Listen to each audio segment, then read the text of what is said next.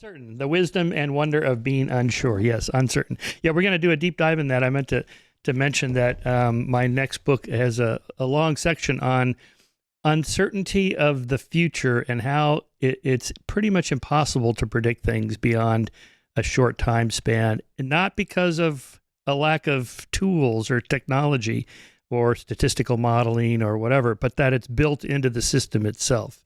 So tell us a little bit about yourself and then how you got into being uncertain about Sure. uncertainty. Yes. Well, I come from a journalism background. I've been a journalist and a columnist, both a national columnist for Associated Press and then a columnist for the Boston Globe, as well as stints overseas, which gave me a kind of an interesting way to look at the meta picture as well as the specifics of whatever I'm writing about. I thought that was a great opportunity. And so I had been doing a column on work-life balance. It was one of the first in the country, and it also included issues like workplace discrimination, et cetera, a while ago. But I was more and more interested in technology and how that was changing our lives. At the time, however, you might recall, the technology writing was simply kind of a gee whiz, here comes the panacea, or, oh, Chicken Little, the sky is falling. And I really thought that, someone from the humanities should sit at the table, someone who wasn't a programmer, someone who wasn't covering the business side of it.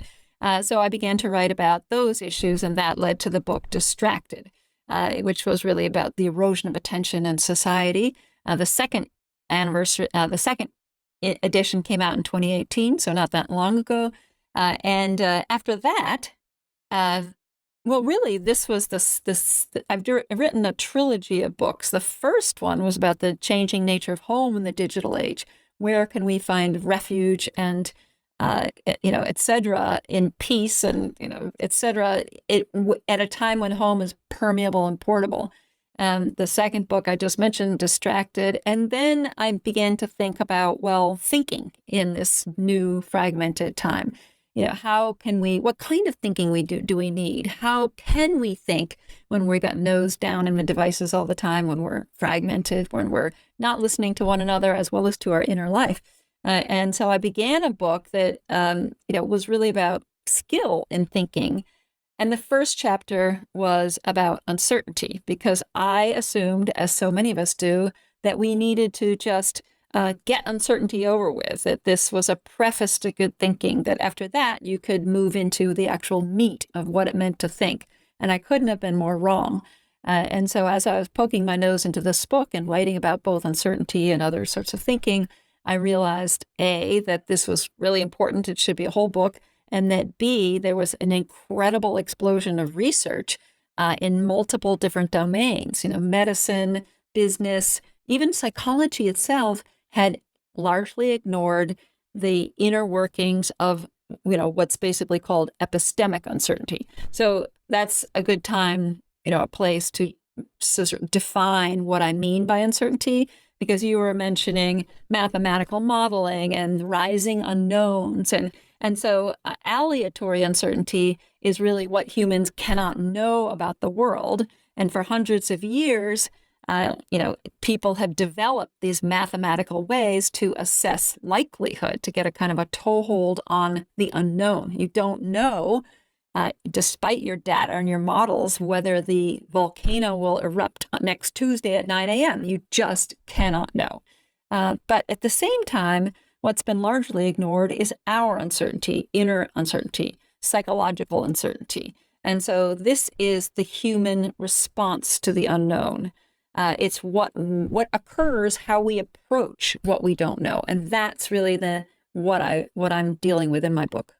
Just before we dive into particularly epistemic uncertainty, which interests me a lot, on the Distracted book, you really were pretty prescient about today's debate over the extent to what social media, in particular, different sites like Facebook and TikTok and so on, and more generally screen time, are having on teenagers.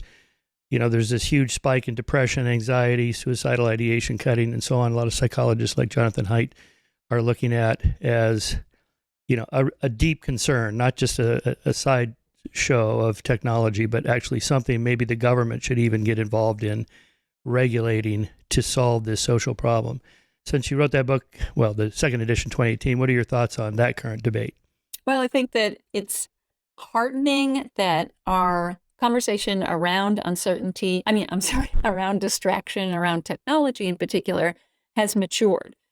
Because as I mentioned at the beginning, it used to be quite binary. It was either heaven or hell, and I think that that's not progress when we basically believe that technology is the root of all ills, or more predominantly in the last 20 years, that technology can save us from just about everything. We think there's still a shadow, a lingering shadow of, technology, our adoration, our enchantment with technology that, for instance, can be illustrated by general attitudes, really kind of unconscious attitudes about what the brain is. I think very often in our society, both linguistically and intellectually and just in business, et cetera, the brain or the mind is treated as a deficient machine. And we use a vocabulary that's very outdated by according to neuroscience, of the brain as a computer. Well, that's not, up to date anymore. We are programmed. We talk about being hardwired. We talk about memory being downloadable, et cetera. All of that is wrong, and it really sets us back. Now, as far as the impact of technology, I think you're right. What your question traces in many ways what this maturation of our conversation entails, which is, first of all, there was a lot of sort of joking about distraction, where the real message was kids today, kids need to be infused with technology. They need to be wedded to technology. That's the skill that they need. As long as they have it in their hand, then they'll be successful. And that it was really rare for anyone to question that, even though Steve Jobs and others in Silicon Valley were sending their kids to schools that were largely technology free, which was sort of interesting. But I think, we didn't do enough questioning. There wasn't enough skepticism. And of course, if you look at some of the extreme costs of our unresolved but deep relationship with our devices, and especially, in par with the increasing saturation, penetration of these devices, and also the increasing power of the devices, so that one little device serves for everything. If you look at all that, it's really hard. You can't trace one simple line between the anxiety that we see today across generations, but particularly in the young, the sort of, almost hopefulness, et cetera. I mean, there are many, many reasons. I mean, in some ways it's natural to look at the problems of our world and get depressed. But at the same time, I think there is more than just a dotted line between these technologies. They are isolating. They narrow thinking down to even the aesthetics of what we're looking at. Bullet points, PowerPoint, templates. It's very boxed thinking. And one of the points of my new book, Uncertain, is to shed light on not only the mysteries of the mind, and question what productivity is in thinking, question what skill is in thinking, and say that it doesn't come in these neat boxes and in instant doses, etc. So I think we need to really look at technology, but also at other value systems related to capitalism's efficiency orientation, which dates back hundreds of years. We need to look at how a very difficult and complex web of forces that have led us to this mental kind of, I guess you'd say, cataclysm that's occurring. And one of the most important things, and again, technology plays a role in it, is that there is evidence that our intolerance of uncertainty, that is, your fear of the unknown, is rising in parallel. Now, there's a corollary. There's no proven cause and effect, but it's been rising in corollary, in step by step, in march step with the rise of uses of the device and the internet.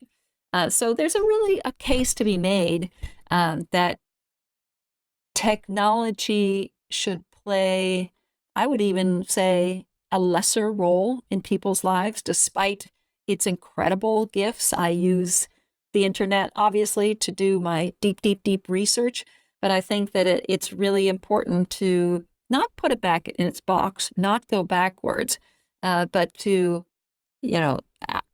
re-understand exactly how we can live a very human life that can't be lived on technology so far. And maybe I'm not excluding the idea that there will be a contemplative technology, that perhaps there will be ways to create devices that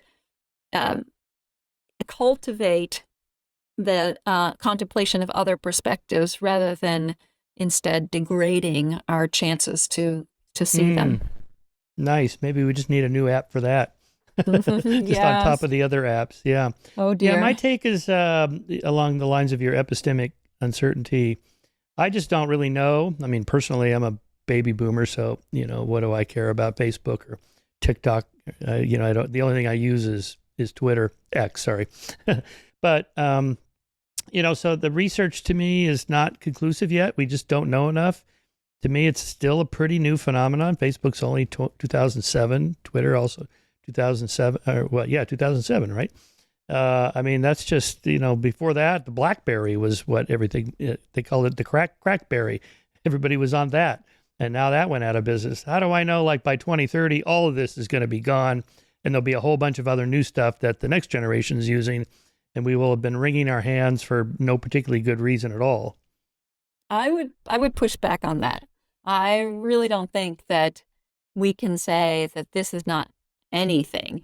And I also think we can't sit back on the sidelines. The point is really what's going on now.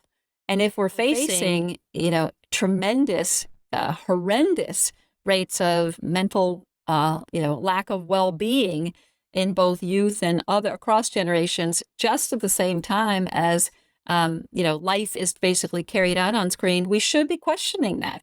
And we can't wait for, just as with climate, the argument that we should wait for the evidence to be conclusive is, proving to be, what's setting us back. So I think it's really important to ask hard questions and understand where the evidence might be pointing, and of course be open to, as uncertainty teaches us to do, updated evidence and new inspiration and new perspectives. But I'm fairly well convinced that, if we are setting up life, whatever our age group or our demographic or whoever we are, setting up life to be lived online, then there's going to be some not only unhappiness, increasing fear of the unknown, and some really difficult in terms of relationships. The research is there. Do you have any recommendations to parents for their young, say, children age, 10 to 18? Under 18s? Yes, I definitely do. I think that one of the recommendations I make is to use boundaries of time, boundaries of time and space to be more in control of technology. So in other words, that we've long passed the time when home and work were separate, and that was a blip in history anyhow. We're past the time when gender relations are, put in neat little gender roles are put in neat little boxes. And when we take down boundaries of this sort, it gives us freedom, and it gives us responsibility, and it ends up, this is a situation that demands constant negotiation. And that's not bad. But similarly with devices, so therefore, if you can restore certain boundaries, like, instead of just saying, oh, cell phones are good for, well, first of all, shouldn't be in the front seat. But, if you can put the device away from you when you're taking an exam, that's shown to improve, when I'm really focusing on research or my book, I'm in an office, renting an office where there's a staircase. So I put it downstairs. and I, separate myself from the temptation and from the addiction of it all. And I think that parents can also be with the kids in a very present way, because there's a lot about technology, and TV as well was a little bit like this as everything speeded up.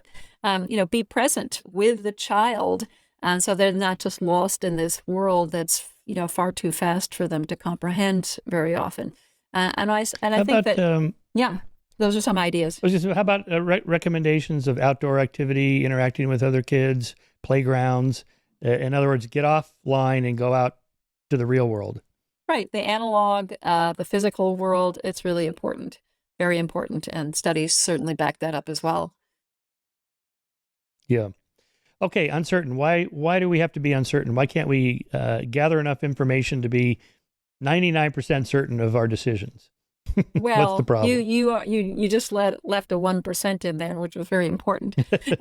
Well, why? Well, basically because uncertainty, as uneasy as it makes us feel, as discomforting as it is, and that's naturally so, actually is extremely important for curiosity, for wonder, for deeper problem solving, for getting to the better answer.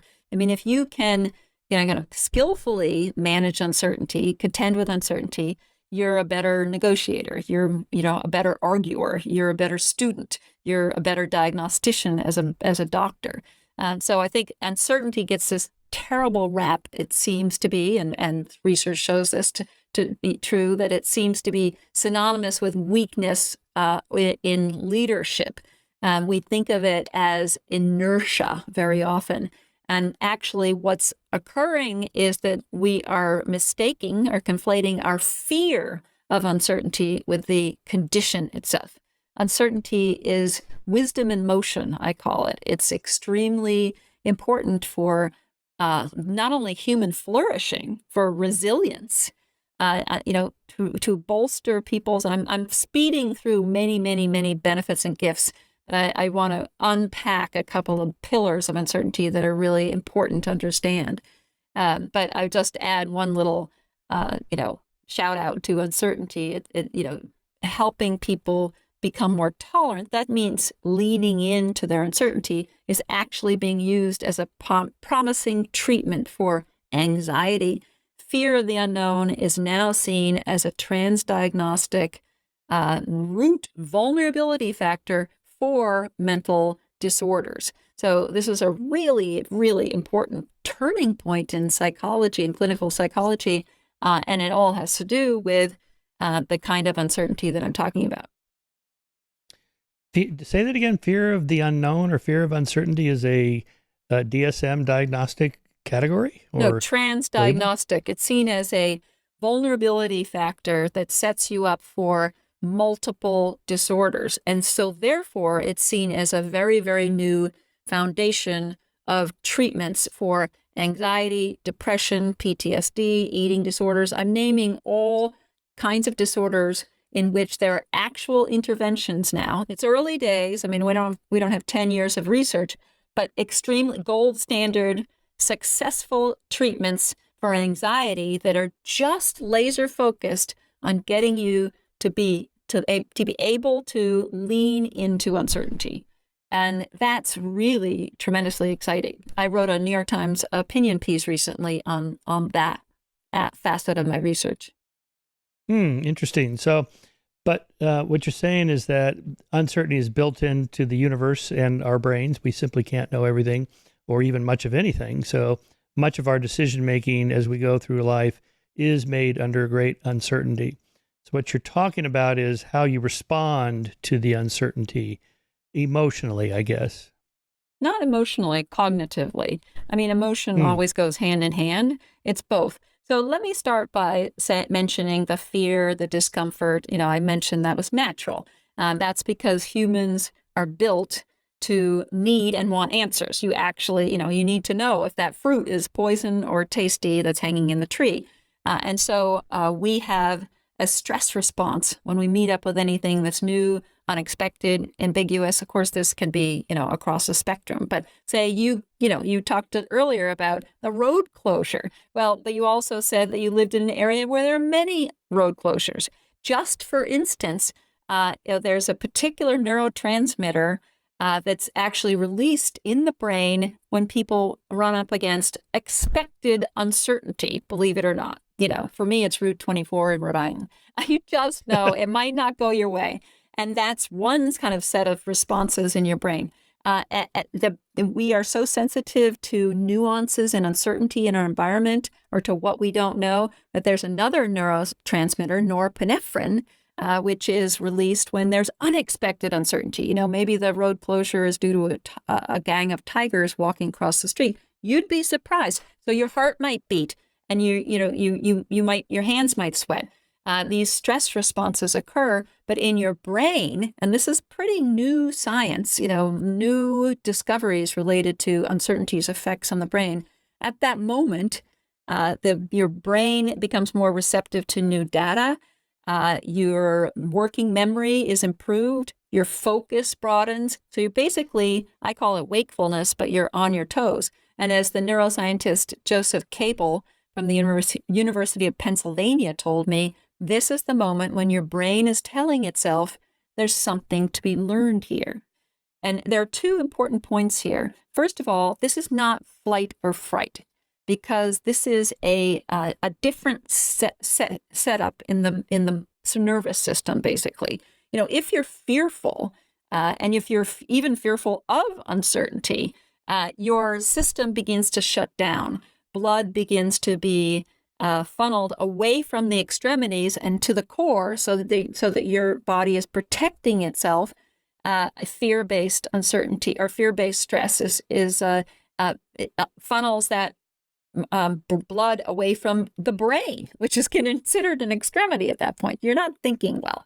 But in the kind of arousal that I'm talking about that's sparked by uncertainty, you're actually, on your toes. You are primed to learn and investigate. And so the discomfort shouldn't be, should be really understood as good stress. And that's how scientists understood it. The second really important point here is that it's not just a passive, unconscious response that I'm talking about.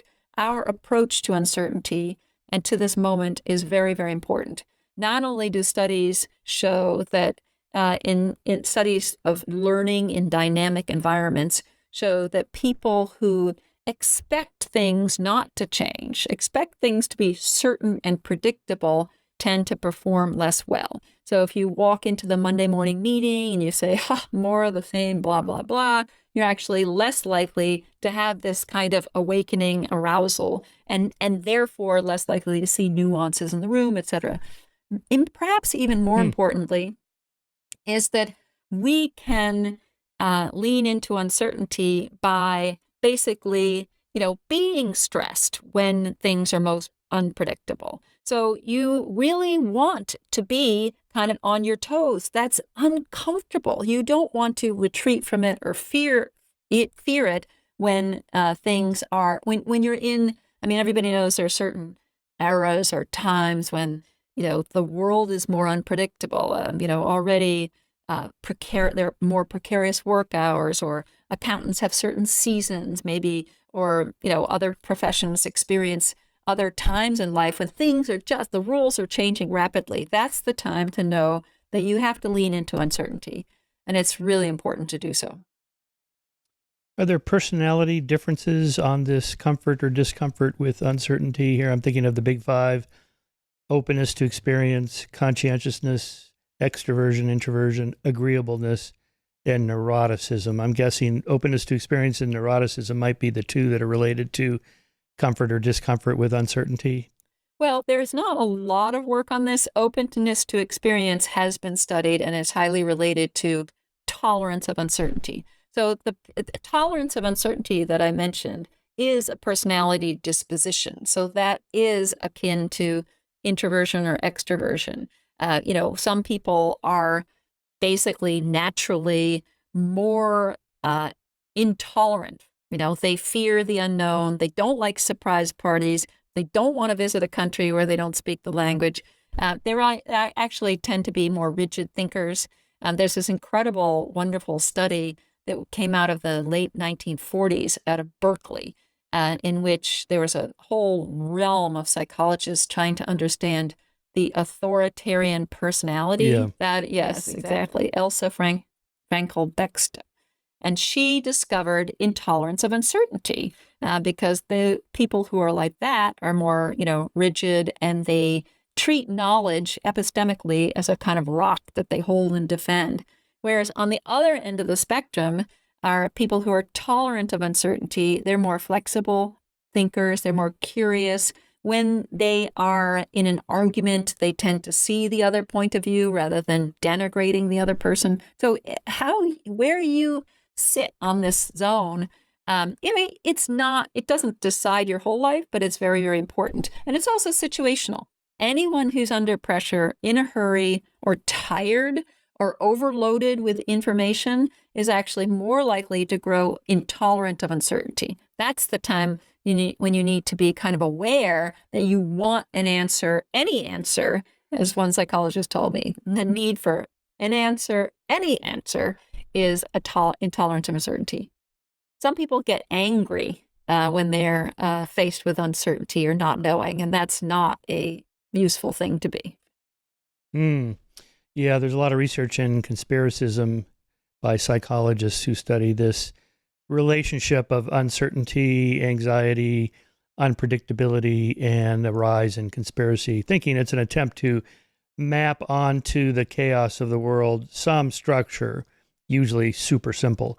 It's the good guys and the bad guys. It's the Illuminati. It's the Rockefellers. It's Bill Gates or CDC or whatever that's making this happen as a way of so it's anxiety reduction theory related to this. Just let me make a comment about that study on right-wing authoritarianism for obvious reasons in the 1940s, why psychologists were interested in that subject. And there's been a lot of research over the decades on that. More recently, there's such a thing as left-wing authoritarianism. That's also been studied. People on the far extremes are very intolerant of people who diverge from the accepted dogma, and that can happen on the left as well as the right. And I do think this probably reflects, if you don't mind my riffing for just a second, on why we have liberals and conservatives, why we mostly cluster around leaning to the left or leaning to the right. Even in European countries that have multiple political parties, they roughly kind of cluster around left wing or right wing issues, having to do with this kind of constant tension in politics between changing the world to make it a better place, which we need to do because there's a lot of problems still to solve, but not tearing the whole thing down and conserving the institutions that have served us well over the centuries. So this is Burkean conservatism, which also has a role. And, this is why Edmund Burke famously supported the American Revolution, but not the French Revolution. Because in the French Revolution, they just tore the whole thing down and started from scratch. And that ended up in a bloodbath of disaster, and then Napoleon. Yeah. Whereas in the American Revolution, it's legal and gradual and slow and, and so on, that, we're going to restore what works and then get rid of the stuff that doesn't work. So, something like that, I think maybe applies to your uncertainty in politics. Yes. Well, I write about the wonderful phrases used by J.S. Mill. He talks about the partisan as the one-eyed thinker. And although partisans on either side of the equation are extremely important for moving social change, at the same time, we can't have a society made up of partisans. What we also need are complete thinkers. And those are people who, as we've been talking about, are more tolerant of uncertainty and particularly multiple perspectives. So it's very, very important. Rather than arguing or, refusing to deal with people from the other side, what's really important is to actually create a space for mutual learning via mutual uncertainty. That can be done through such, strategies such as perspective taking. And in fact, one group in LA, I went canvassing on the streets of LA with an LGBTQ advocacy group who actually spent years creating a model of conversation based on perspective taking, based on seeing the other side based on basically seeing the opposing voter as human and therefore listening to them rather than seeing as just a sort of empty vessel to to offer or to force an argument on.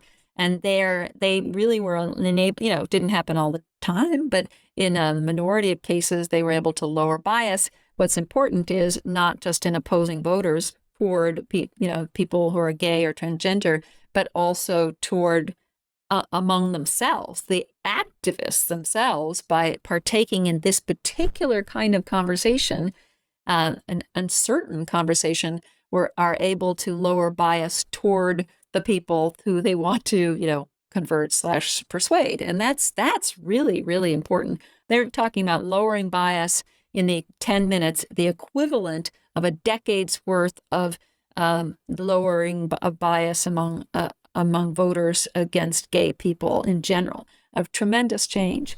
And what's important here to remember is that if you are taking the perspective of another as a way to create a space for mutual learning, that is merely a leap of imagination. It's basically placing yourself by saying, what might they think? What might they be thinking? You're actually placing yourself in what Socrates called, productive perplexity. But it is merely an act of not knowing. It's jolting yourself away from your bias and in the innate categorization that we do so unconsciously. They're, X party. They're this kind of person. They're, the dehumanizing that leads from categorization. But so at the root of all of this that I'm talking about is uncertainty. Yeah, this reminds me of my friend Pete Boghossian's Street Epistemology, in which he talks to people across different spectrums on different topics. But he mostly just asks a lot of questions. Is that what you were doing when you were canvassing? Instead of lecturing people or telling people, you just ask them questions? And what did you ask? How do you get them to change their perspectives? I was observing, but the activists were asking questions, but also trading stories. They were offering their story, but listening to another story. And it's rooted in the ability to allow for the other person to not only be an individual, not a category, but also to be, humanized by allowing a conversation to progress. So it's not merely asking questions. It really is moving into this mutual space. And it's a very complex type of conversation, but it's unscripted. And therefore, the activists who were new to it, when we were going out one Saturday morning, and some were pretty experienced in it, some were very new to it, some were allies, some were gay or transgender themselves. Those who hadn't done it before were really frightened, which also is indicative of how little we actually converse with the other side, so to speak, these days. It's we're siloed into, we're talking to the mirror is my expression for that. So it's frightening to lay down the script and just to be open. It's not just listening, but it's more than that. But that's exactly what the social side of uncertainty teaches us. Let's return to that epistemic uncertainty versus aleatory, aleatory uncertainty. You mentioned it before. Maybe you could talk a little bit about the differences between those and why it has that clumsy name, aleatory. Yeah, I don't know the roots of that term. I don't know. I just know that, there's a lot of debate about different types of uncertainty. And, in economics, you'll find all sorts of different terms, what is ambiguity versus what is uncertainty. But generally, people now fall into the, experts, people who study uncertainty fall into into agreement that there are these two main kinds. And it's also important to understand that uncertainty, epistemic uncertainty, is not ignorance. It's actually reaching, I talked about it as the human response to the unknown, but it's to go a little bit further, it is basically the recognition that you have reached the limits of your knowledge. So your child might have the sniffles, and you don't know if it's COVID or allergies or just a cold. It could be this way, it could be that way. As you can sense from the way I'm describing it, it's the recognition that you've reached the limits of your knowledge, but it's also very much a recognition that you have multiple possibilities in front of you, which is often lost when we think about uncertainty as this sort of monolithic kind of blackness or an abyss or a kind of a fog. Aleatory uncertainty is what we cannot know. So that's just about, anything that we can only study, but we can never reach a conclusive a conclusion about. And that is distinct but complementary to our uncertainty. I think of uncertainty sometimes as a kind of a second skin, because uncertainty, if you are unsure, that means you're open to the world changing. And as psychologists say, when they're trying to help people become more tolerant of uncertainty, well, after all, the world will always be mutable, dynamic, shifting. And so, that's why we should be uncertain. And that's why, as you can see, if you are trying to be certain all the time, it means you're more often blindsided by life. It means that you're more often, trying to retreat from life and cling to this. As the wonderful historian of science, Jerome Ravitz, says, when you are trying to be certain, life is cramped and brittle, which I think is a wonderful term. And I'll just also add that an Australian philosopher, Michael Smithson, who's written quite a bit about uncertainty, did a wonderful little sort of investigation of the metaphors used that are associated with uncertainty. And they are, I can't remember them all, they're very extensive, but they are, people say that they liken uncertainty to lostness, to darkness, to wandering, to exploration. So it actually, you can see the kind of the challenge of uncertainty, and you can also see the benefits of uncertainty, what uncertainty offers us. And in fact, the most pithy or succinct way to, I'm going to get a drink of water and then say that again. Oh, please, take your time. The most pithy or succinct way to describe intolerance versus tolerance of uncertainty is to say that when you're tolerant of uncertainty, you see the unknown as a challenge. When you're intolerant, you see it as a threat. So that's the sort of it all boils down to that. Yeah, that's a nice way to put it. I mean, and I like this distinction between what we don't know but could and what we just can't know because nobody knows. So you mentioned Philip Tetlock in your book. I liked his super forecasting book a lot. As he showed beyond 5 years projecting into the future, nobody knows what's going to happen.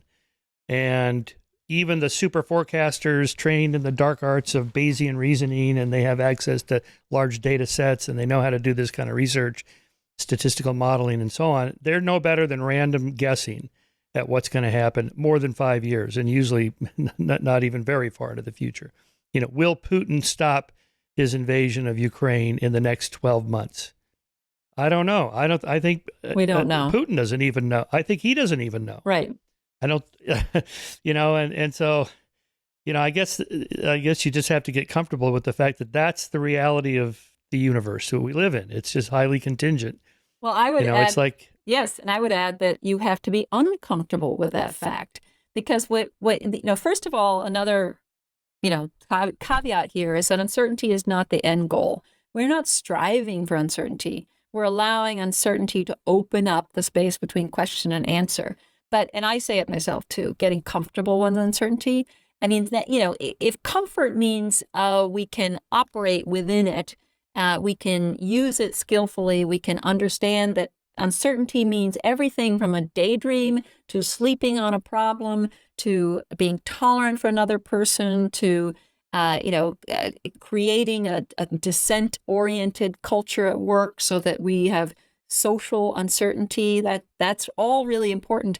if all of that means comfort, well, I guess it is. But I think we should be careful of that word comfortable merely because actually we need to be productively uncomfortable, because one of the roots or one of the foundations of skillful uncertainty is that you're able to launch from what you know. Uncertainty puts us on the edge. It's edge work. It places us on the frontier of possibilities and what will happen. It's where we want to operate. But both in creativity and in problem solving, it's very hard for humans to get past what they already know. And that's what we like. That's what we're comfortable with. We want to, the real problem with a expert, say a surgeon or an accountant who is, there's a real problem between routine and adaptive expertise. Routine experts have done their 10,000 hours. They have mental models and heuristic shortcuts. They can tell when there's a heart attack, and when there are chest pains, they think heart attack, etc. But the trouble is that that's very impressive in predictable situations. That's a wonderful way to be when you know the drill. But when life, again, hits you, throws you the curveball, you need to be the adaptive expert. And they're the ones that actually take more time diagnosing a problem than even novices do. They're the ones that are willing to inhabit the question and therefore be uncertain while they, understand what the option is, etc. And 4/5 of business decisions are actually taken after considering just one option, which is not equated with success. So these are just really important. They're very real life implications of our approach to uncertainty. Let's use an example of where should I invest my money? Okay, so let's say the stock market. Well, I don't know what the stock market's going to do, and I know because nobody knows.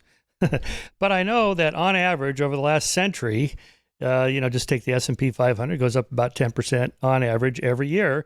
So just park your money in a mutual fund in the S&P 500 and just let it sit there. And to that extent, I mean, I feel comfortable. It makes me feel comfortable. Like, all right, I don't have to worry about this. Like I'm always worried, am I going to miss out on the next Google or Apple stock? What's the next one? And I don't really know.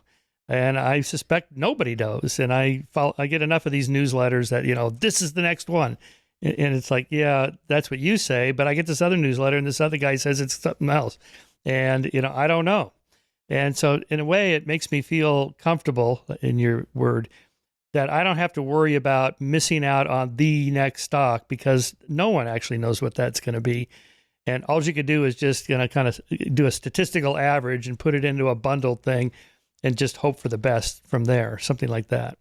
Right. And of course, what you're describing is the way we've approached uncertainty for hundreds of years. But what I'm trying to argue is that we need a new vocabulary, a new perspective on uncertainty. So when I first started trying to pivot this book from a book about thinking in the digital age to a book about uncertainty, I found a lot of literature that was very woo-woo, new agey, embrace uncertainty, no science there, drove me up the wall.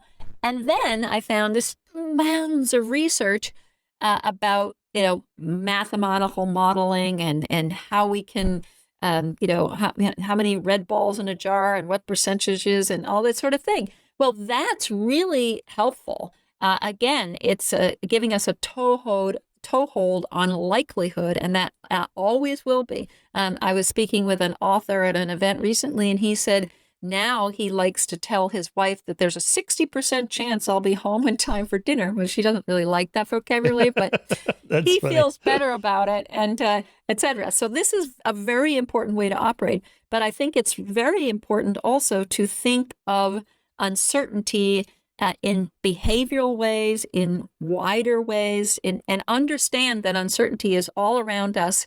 And there are ways to be uncertain. Now, be uncertain sounds so passive. It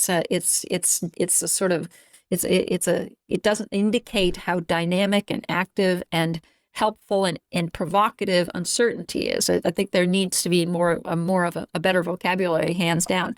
But again, I mentioned the daydream, and I mentioned the surgeon, and I mentioned the civil rights or to modern contemporary activists who use uncertainty in strategic ways. And so I think we need to expand our thinking about uncertainty radically. And uncertainty basically gives you, it's very highly related to curiosity. It's highly related to resilience. The clinical studies now show it's very related to creativity and wonder. And these are exactly the kind of skills that you need in an age of flux. You need these kinds of this kind of adaptability, and that's what uncertainty gives you, because you're constantly updating. Some specific examples, like from medicine, say. Yes, there was a study in Maine of family physicians and a residency program, and the senior faculty saw that increasingly these young doctors were very uncomfortable with uncertainty. They wanted the patients to be right out of the textbook. And maybe that's a problem from time immemorial, but they felt like it was getting worse these days. This is just a few years ago. Really, really narrowing and making the young doctors just very unhappy, very stressed, which is actually related to, intolerance of uncertainty is related to burnout and anxiety in medicine. And so what they did was do a study where they increased the amount of conversation, basically, teaching young doctors that it's okay to say, I don't know. Now, that's a very difficult thing to do in the performance. You mean to themselves or to their patients? To the patients, to other senior doctors. They put that on the table for the first time rather than hiding behind expressions of uncertainty that were just guesses anyhow. They didn't know what they were talking about. And I've heard this in the business world as well as medicine. People just think they need to be certain, so they say something. And so what happened was that they measured the tolerance of uncertainty. One question that they measured was, before the program, most of the young doctors said an expert is defined as someone who has a certain answer.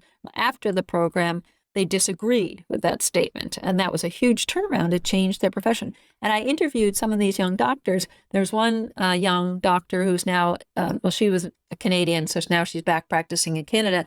And Nupur Nagrare, and she's an incredibly wise, wonderful person. She said, when you can contend with uncertainty, you don't have tunnel vision. You don't think things are set in stone. And another word that kept coming up, both among the senior faculty and these young students, was the word courage, which amazingly is what William James actually referred to, the courage of a maybe. No deed of faithfulness, no act of courage can be done except upon a maybe, William James said. And why is that? I mean, courage, uncertainty, well, that doesn't seem as though those two words should go hand in hand.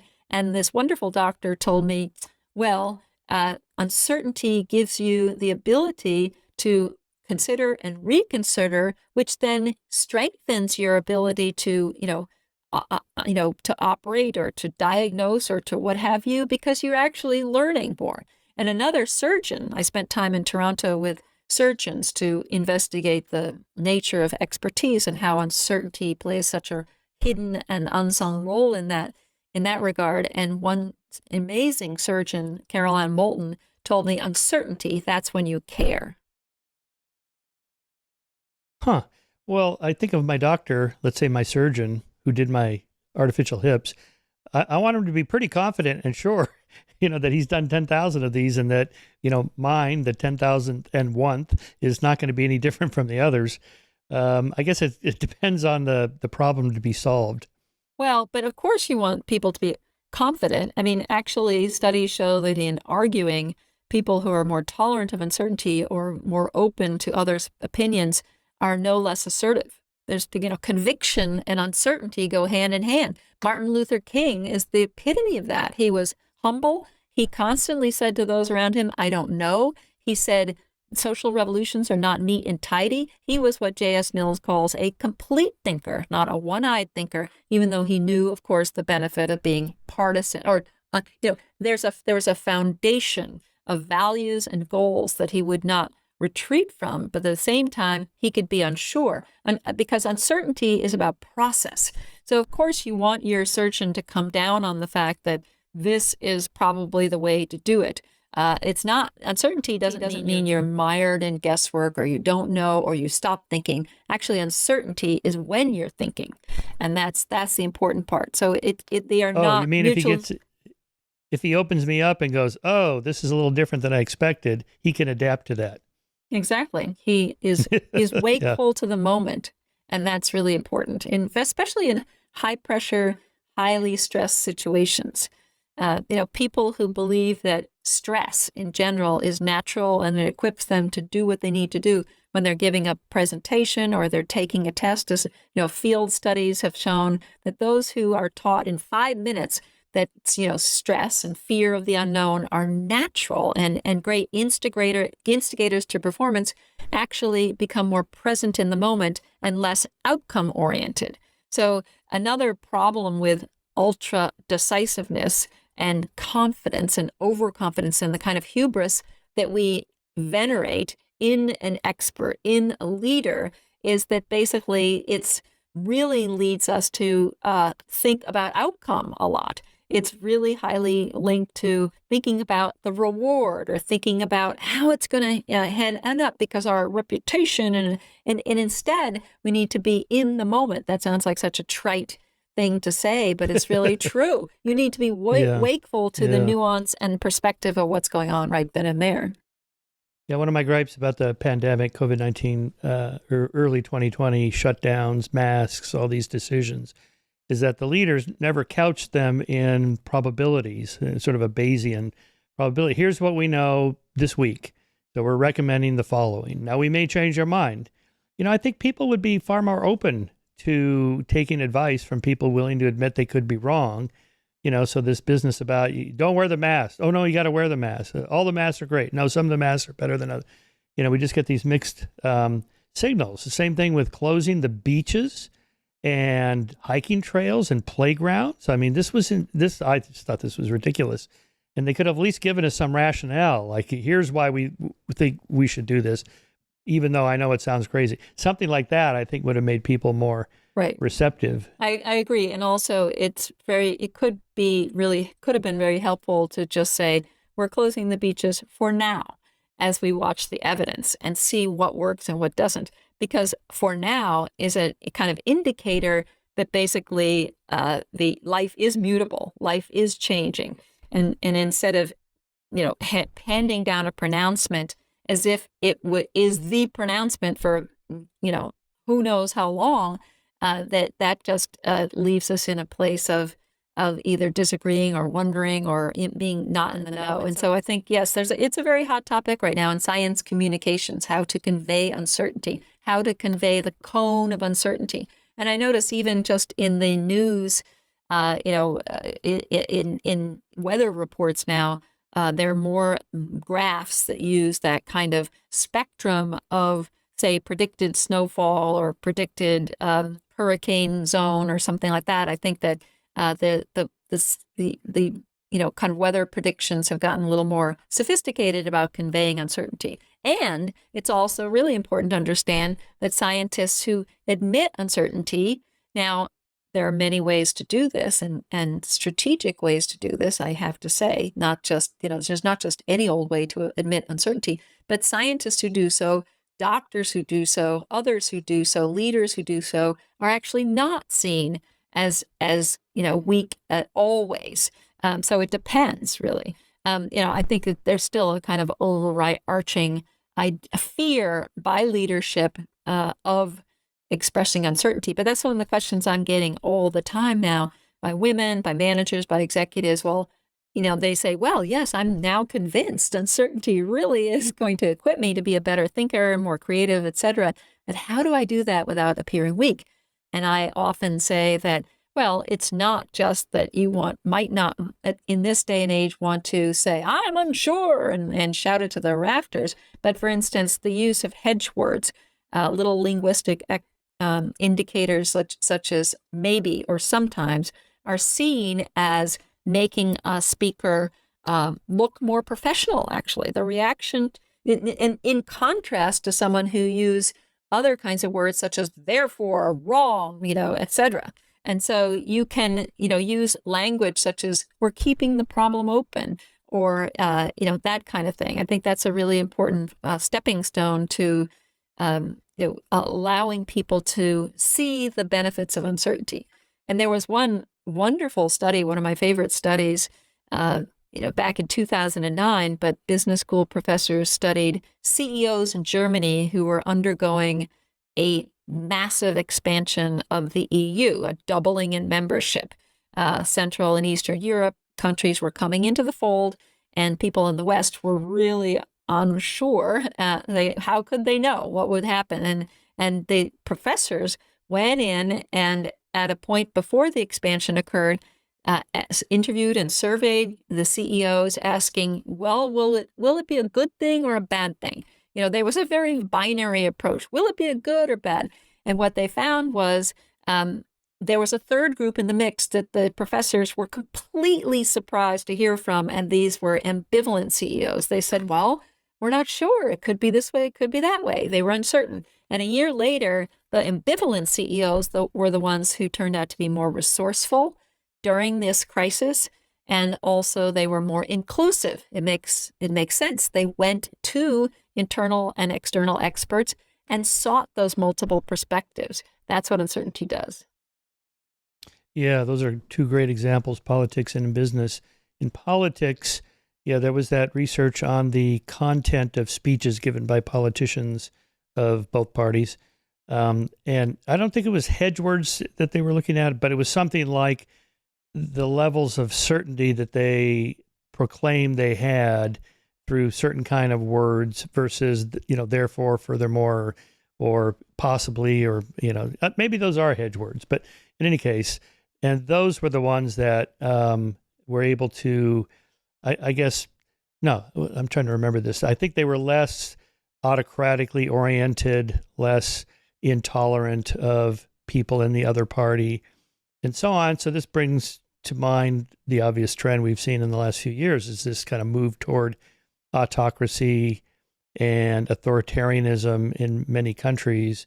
I wouldn't panic yet and say that democracy's doomed or anything like that, like some of these books, The Death of Democracy. But it is something that's happening.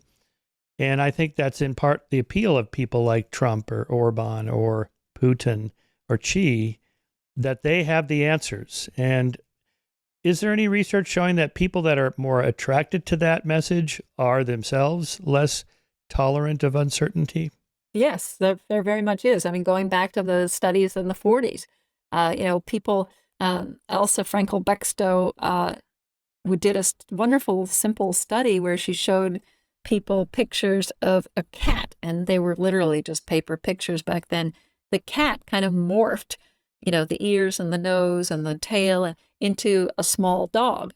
And people were asked to name, this picture is a dog, this picture, cat, dog, dog, dog. Those who were more intolerant of uncertainty and more leaning toward rigid thinking, more prone to following autocrats, were more likely to hang on to the idea that that animal was a cat far beyond the time when it had turned into a dog. They were very reluctant to let go, to first of all, understand that something had changed in their world, and et cetera. And so I think that there are, yes, studies that show that, how we approach uncertainty does change how we, what kind of leader we want.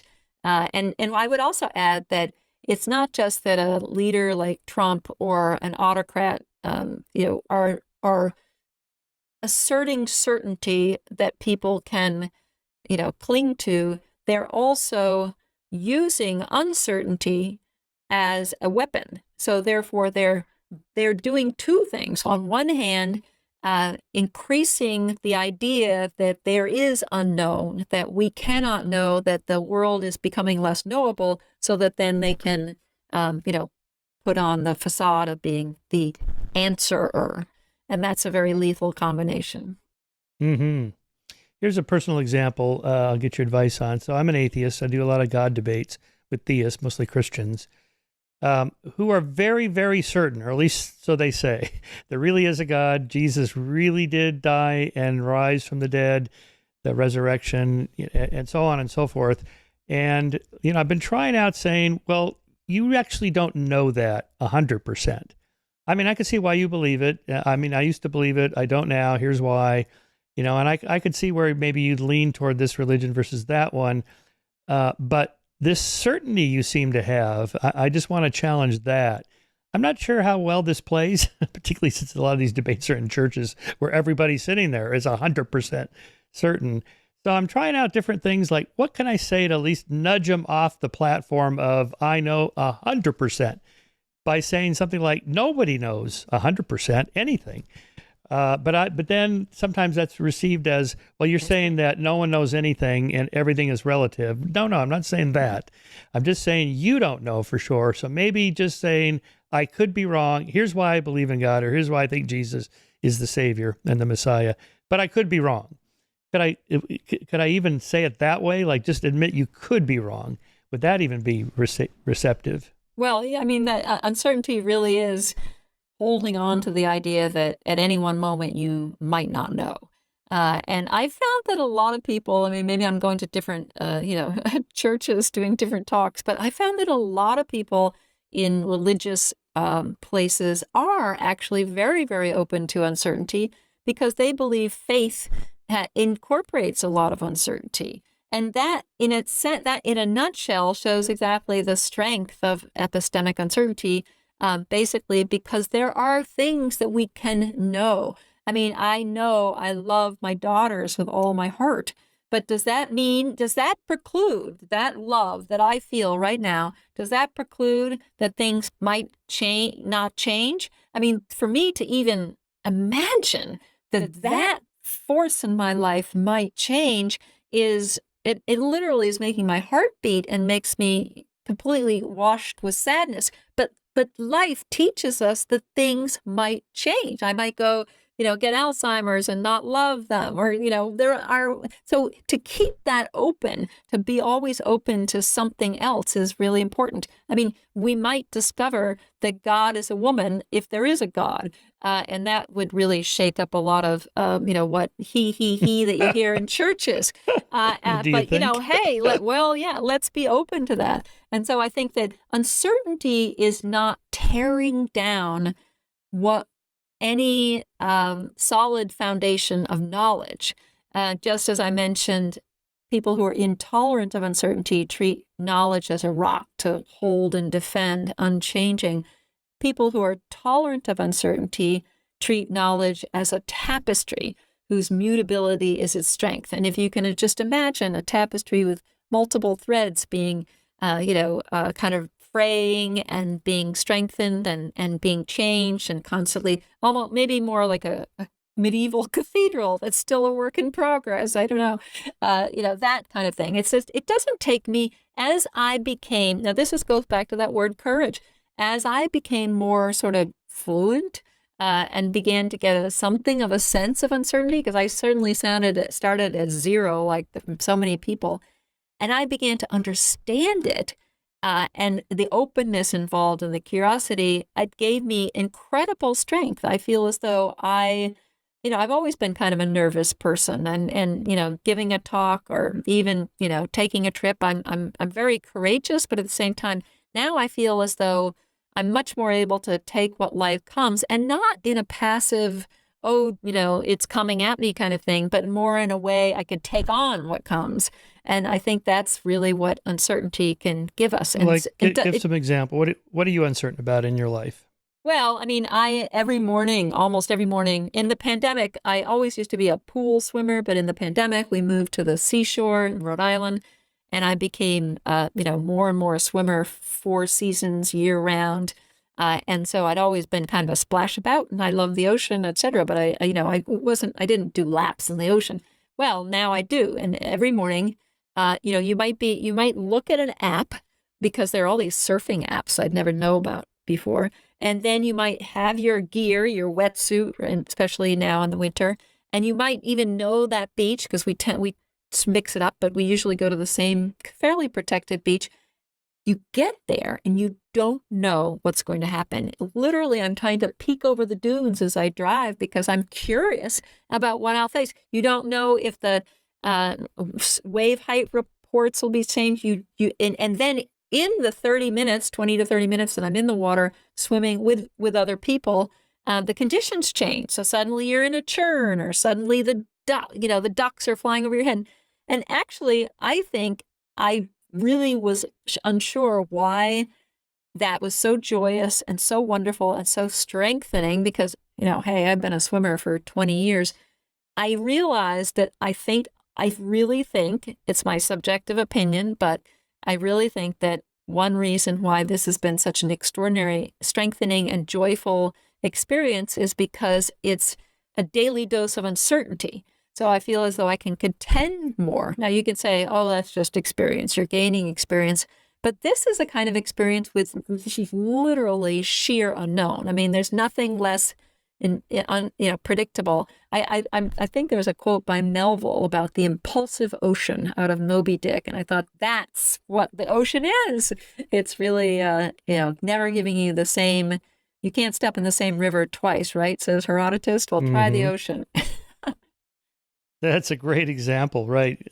Open ocean swimming. Do you hear that music from Jaws when you're out there? No, just kidding. No, well, there is that, not. Right? Yes, you don't know. Yes. I mean, you literally can't see very far, right? Most of the time, the water's not all that clear. Well, yes. I mean, but I'm not.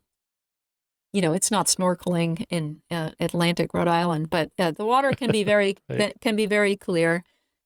So yes, you're taking what's coming, and I've had a seal pop up in pretty close range, which is quite kind of a surprise moment. But I do think that sort of contending with, taking on, that's really one of the main, I guess, what do they call it, exercises in these interventions to lower anxiety, depression, and worry, and etc., treat these different mental disorders. That's what they do. They teach people to take on a little more unknown. For instance, they teach people to delegate more at work. And you could just imagine, the kind of person who wants to control everything, who stays late, etc., who won't, give the intern or their junior colleague or their coworker any of the project. Those are the type of people who won't trust that the uncertainty will work out. And it's not that when in delegating more at work, they learn that, oh, it's always good, or it's a picnic, or the project's always better. Yeah, uncertainty is good and beneficial, but they learn that there are multiple possibilities of the outcome. And then they can practice, contending with multiple possibilities instead of hiding behind the pretense that there's only one possibility and they're the ones to do it right, and then learning that might not be the case. So do you mean see what I mean? Something like systematic desensitization to anxiety-producing stimuli by exposure to it a little bit at a time? Exactly. Some of these therapies are based on a riff of exposure therapy. So you're getting people to be comfortable with uncertainty by gradually exposing them to that. Exactly, and incremental. And it's really important that humans are built to incrementally learn. But yet they only learn by being surprised. The old, Pavlov's dogs association as the root of learning is not quite the full story. Basically, as one scientist told me, no surprise, no learning. Babies are attracted to what's surprising in the environment. That's how they learn. They're on the edge. They're learning because they are perpetually, judiciously uncertain. And what happens in the brain is that we constantly have these mental models. When I drive home, I don't think my driveway is going to be in a different place that day. Even if I did, contend with a traffic jam, the mental model of my driveway has not changed. But if something were to occur, like a dump truck dumped new gravel in my driveway that my husband didn't tell me about, basically I talked about the kind of good stress that comes about. Another way to think of that is that there are brain waves called, basically sort of N400 or P600 that are prediction errors. So we have a tendency to move throughout the world, predicting based on experience what we will see, and that's why we can be smooth and tie our shoes and drive home half conscious and all this sort of thing. At the same time, we have mechanisms to constantly wake up. I call it a reality check. The prediction error is to jolt you into uncertainty, so then you get to update your view of the world and your understanding of the world. And that's what I do every day when I'm swimming. Yeah. So I guess it's very much context dependent for most of these situations in life. Comfortable with uncertainty and giving probabilities is good. But you mentioned, loving your daughters. I mean, any kind of relationship like that, you are my spouse, I love you.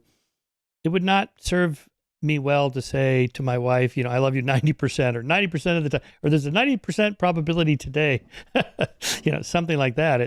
It just doesn't make sense. I guess the right thing would just be, it's not even something you put a probability on. It's 100% certain, because it's a different kind of thing. Maybe it is like faith.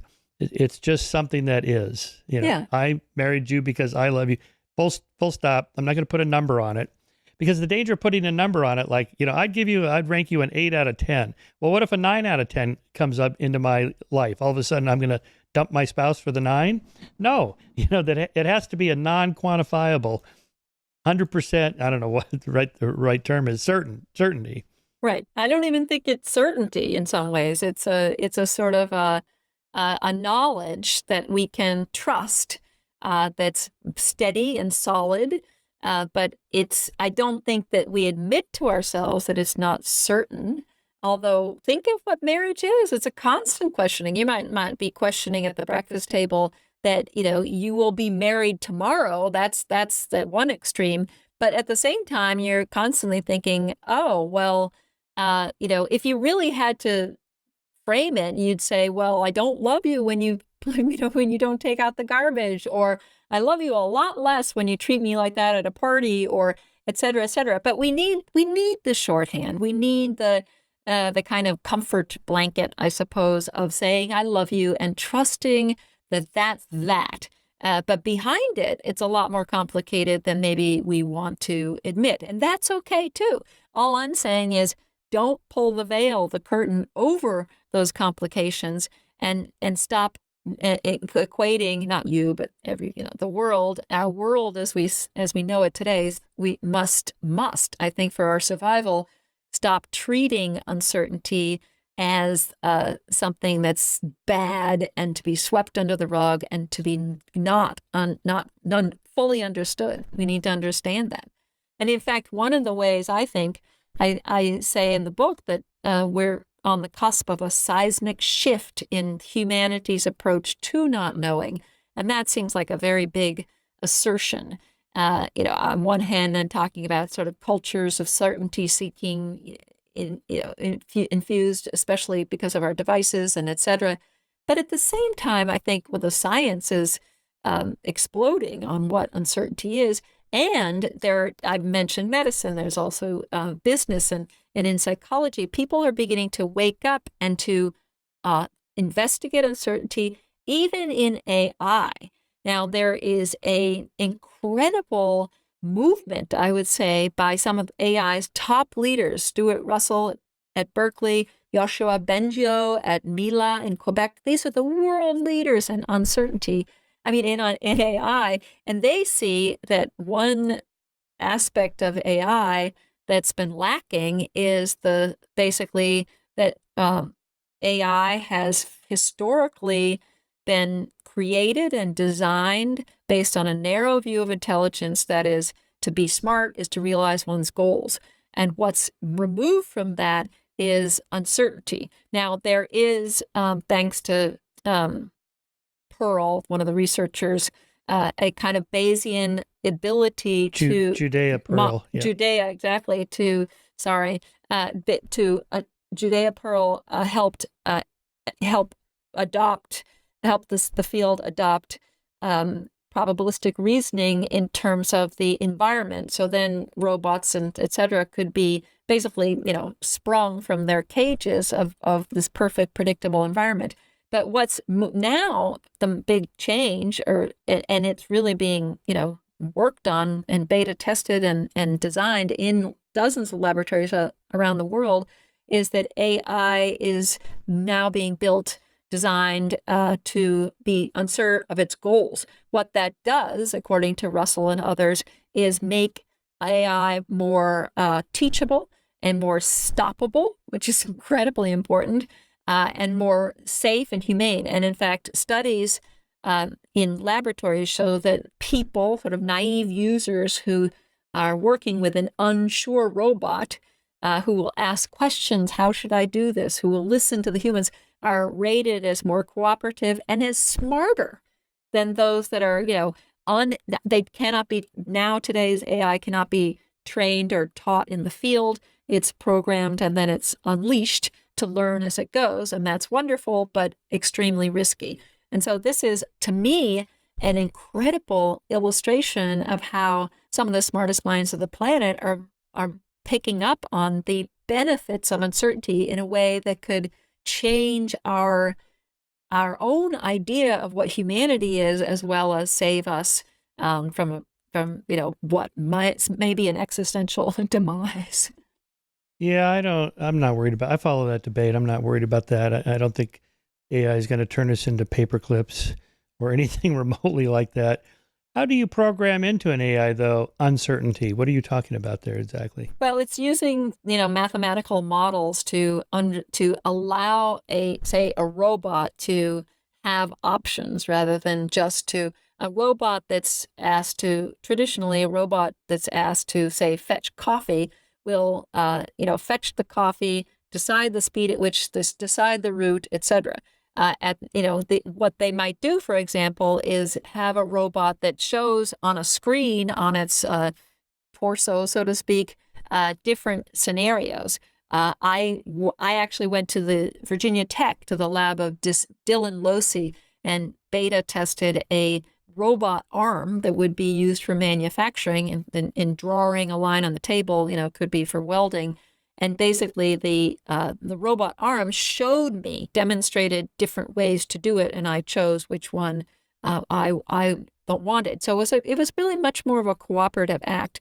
There are other robots being created in London by Julian Howe at the University of College London, I think, or maybe St. Mary's. But anyhow, he has been building robots arms again, but also use language.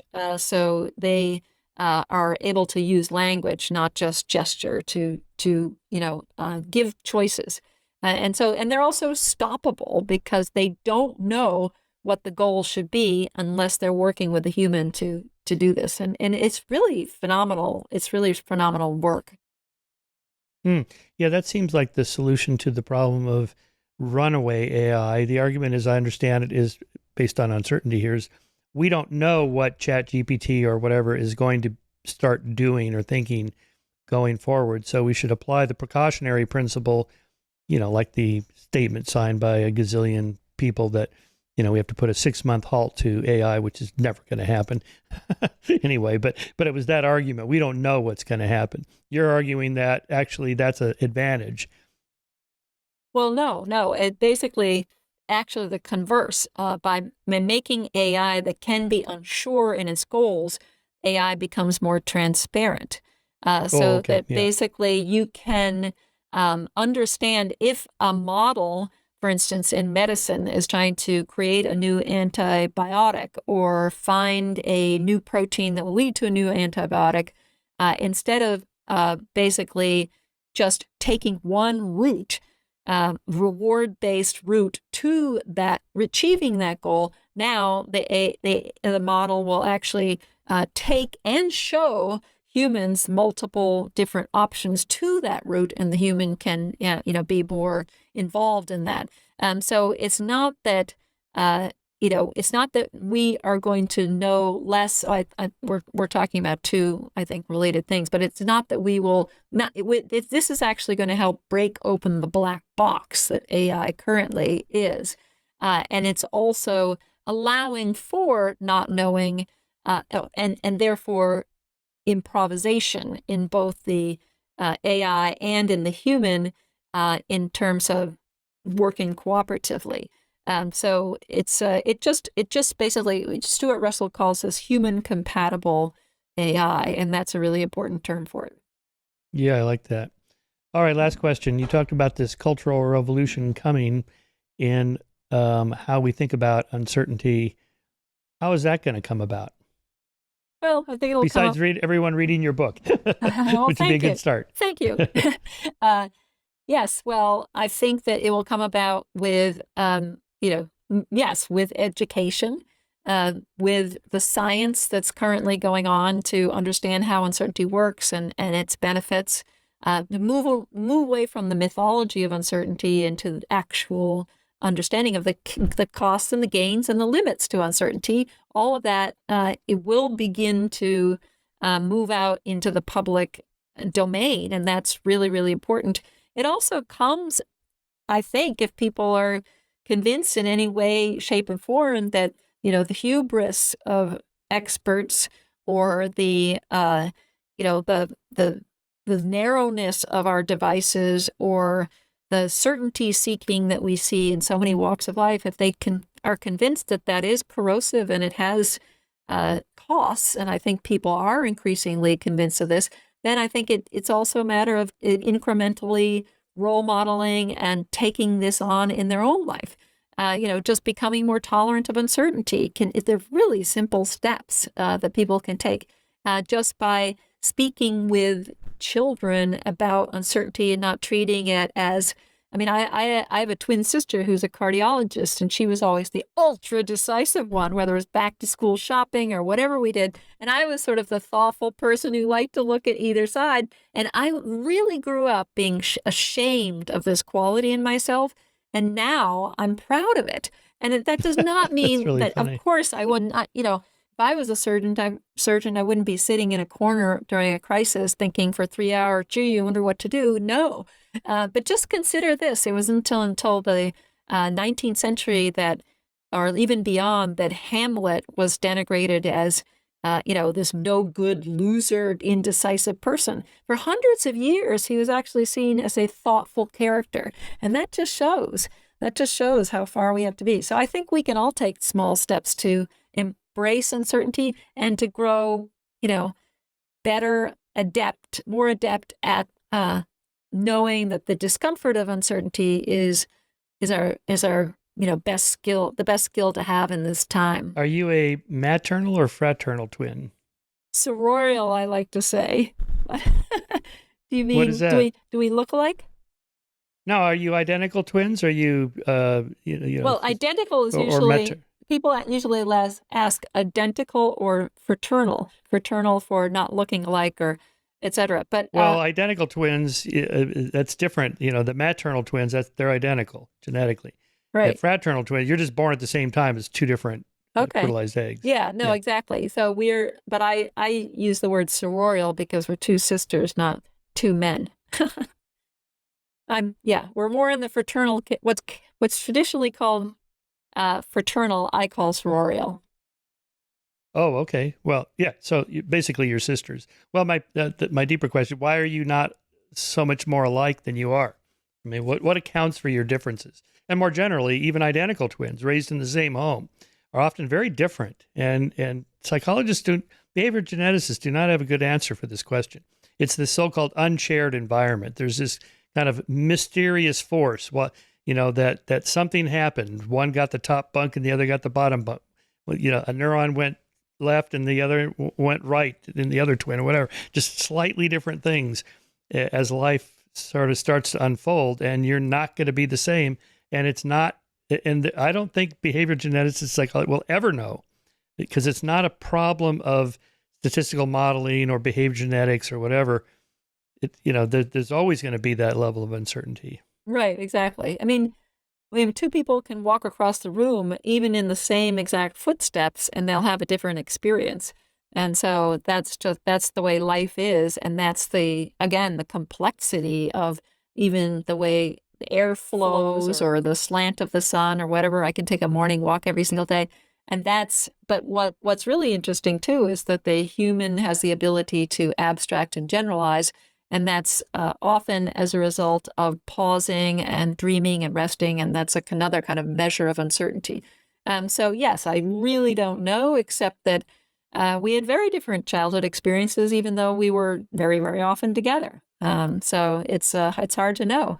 We were born very different, but even, you can be in as small a place as a womb and still have two different experiences, depending on, again, whether you're in the top bunk or the bottom bunk. So, Mm-hmm.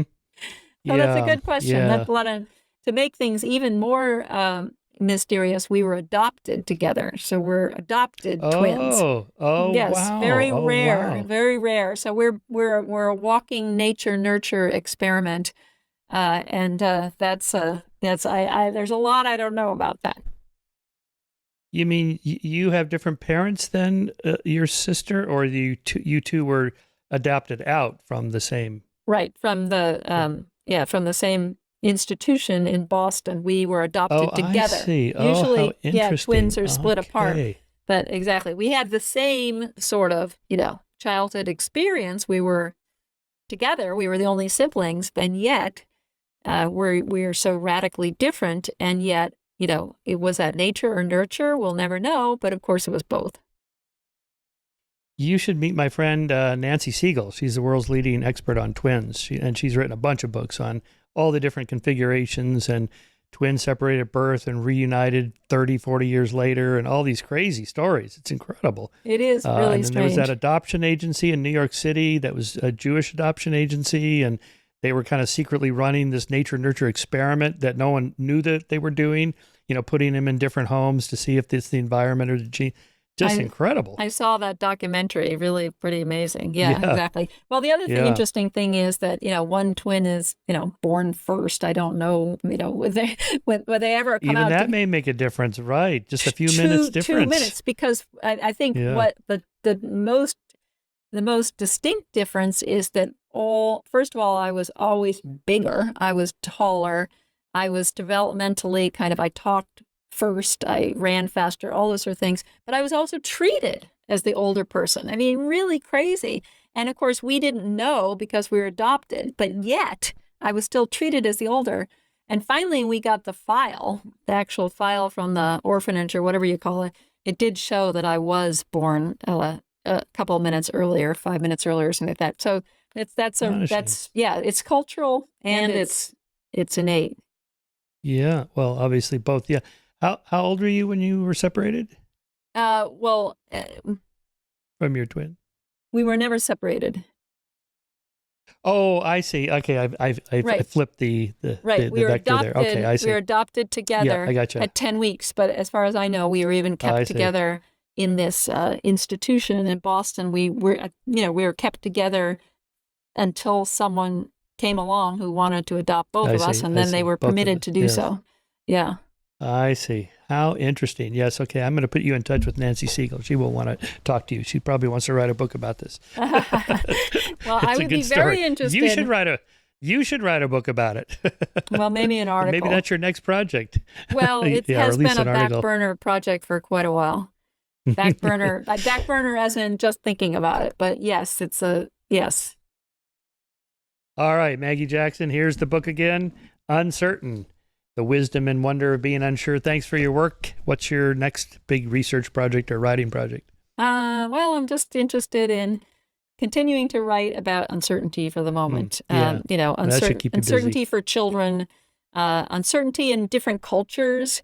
There are lots of different ways in which I'm going to continue to research and write about uncertainty. The book's only out a few months now, and it's already in a second printing, so it's keeping me busy too. Oh, nice. Oh, very good. All right, that's a good place to stop. Thanks, Maggie. Thank you, Appreciate it. Michael. I really appreciate it.